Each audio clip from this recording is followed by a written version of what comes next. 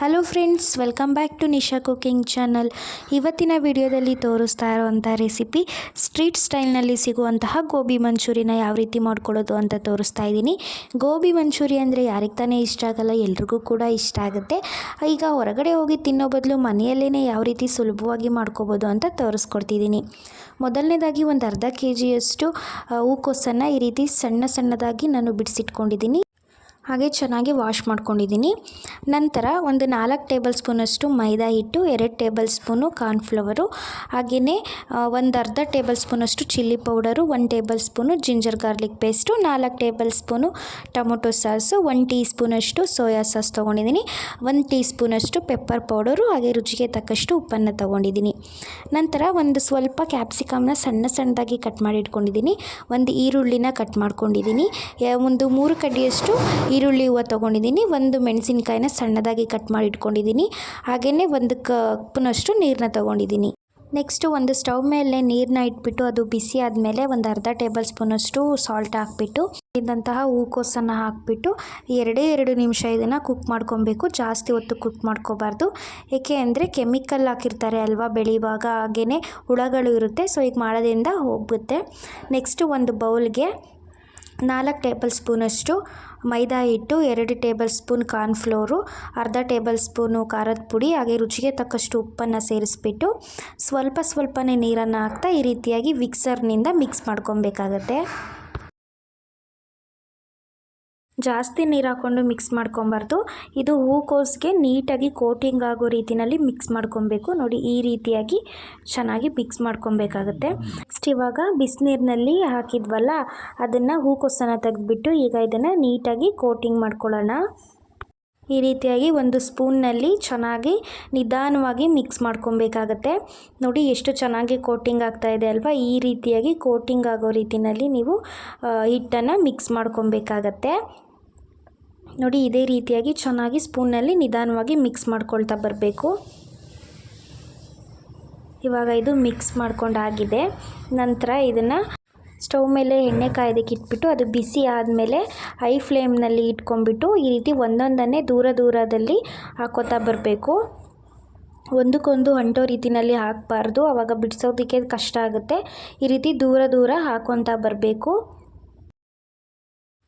ಈ ರೀತಿಯಾಗಿ ಹಾಕ್ಕೊಂಡಾದ್ಮೇಲೆ ನಿಧಾನವಾಗಿ ಈ ರೀತಿ ತಿರುಗಿಸ್ತಾ ಬರಬೇಕು, ಏಕೆಂದರೆ ಅದು ಒಂದಕ್ಕೊಂದು ಅಂಟ್ಕೊಳ್ಳೋ ಚಾನ್ಸಸ್ ಇರುತ್ತೆ. ಸೊ ಹಾಗಾಗಿ ನೀವು ಸ್ವಲ್ಪ ನಿಧಾನವಾಗಿ ಈ ರೀತಿಯಾಗಿ ತಿರುಗಿಸ್ಕೊತಾ ಇರಬೇಕು.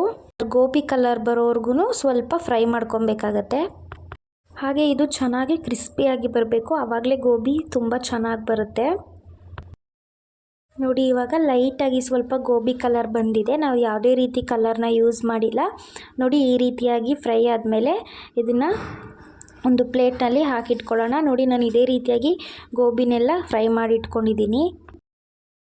ನೆಕ್ಸ್ಟು ಇನ್ನೊಂದು ಪಾತ್ರೆಗೆ ಒಂದು 2-3 ಟೇಬಲ್ ಸ್ಪೂನಷ್ಟು ಆಯಿಲ್ನ ಹಾಕ್ಬಿಟ್ಟು ಆಯಿಲ್ ಬಿಸಿ ಆದಮೇಲೆ ಜಿಂಜರ್ ಗಾರ್ಲಿಕ್ ಪೇಸ್ಟನ್ನ ಹಾಕಿ ಫ್ರೈ ಮಾಡ್ಕೊಬೇಕು.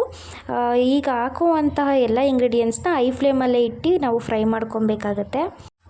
ಇದು ಫ್ರೈ ಆದ ನಂತರ ಇದಕ್ಕೆ ಕಟ್ ಮಾಡ್ಕೊಂಡಿದ್ದಂತಹ ಹಸಿಮೆಣಸಿನ್ಕಾಯಿ, ಕ್ಯಾಪ್ಸಿಕಮ್, ಈರುಳ್ಳಿ ಹೂವು ಎಲ್ಲನೂ ಹಾಕ್ಬಿಟ್ಟು ಚೆನ್ನಾಗಿ ಫ್ರೈ ಮಾಡ್ಕೊಬೇಕು. ಹೈ ಫ್ಲೇಮಲ್ಲೇ ಇಟ್ಕೊಂಡು ಫ್ರೈ ಮಾಡ್ಕೊಳ್ಳಿ, ಆವಾಗ ಟೇಸ್ಟ್ ತುಂಬ ಚೆನ್ನಾಗಿ ಬರುತ್ತೆ. ನೀವು ಲೋ ಫ್ಲೇಮಲ್ಲಿ ಅಥವಾ ಮೀಡಿಯಮ್ ಫ್ಲೇಮಲ್ಲಿ ಇಟ್ಕೊಂಡು ಫ್ರೈ ಮಾಡಿಕೊಂಡ್ರೆ ಗೋಬಿ ಮೆತ್ತ ಅನಿಸುತ್ತೆ, ಕ್ರಿಸ್ಪಿಯಾಗಿ ಬರೋದಿಲ್ಲ. ನೆಕ್ಸ್ಟ್ ಇದು ಫ್ರೈ ಆದ ನಂತರ ಪೆಪ್ಪರ್ ಪೌಡರು ಮತ್ತು 4 ಟೇಬಲ್ ಸ್ಪೂನಷ್ಟು ಟೊಮೊಟೊ ಸಾಸು, 1 ಟೀ ಸ್ಪೂನಷ್ಟು ಸೋಯಾ ಸಾಸ್ನ ಹಾಕಿ ಚೆನ್ನಾಗಿ ಮಿಕ್ಸ್ ಮಾಡಿಕೊಂಡು ಇದನ್ನು ಒಂದು 2 ನಿಮಿಷ ಚೆನ್ನಾಗಿ ಫ್ರೈ ಮಾಡ್ಕೊಬೇಕು.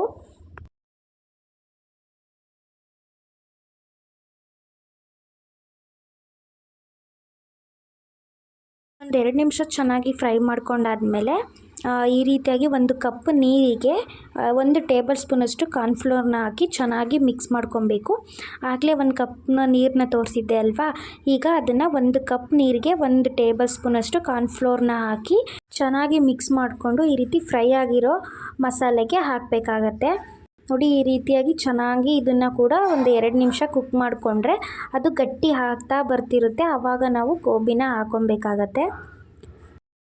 ನೋಡಿ, ಇವಾಗ ಸಾಸ್ ಎಲ್ಲ ಗಟ್ಟಿ ಆಗ್ತಾ ಬರ್ತಿದೆ. ಇವಾಗ ರುಚಿಗೆ ತಕ್ಕಷ್ಟು ಉಪ್ಪನ್ನು ಸೇರಿಸ್ಬಿಟ್ಟು ಚೆನ್ನಾಗಿ ಒಂದು ಸರ್ತಿ ಮಿಕ್ಸ್ ಮಾಡ್ಕೊಬೇಕು.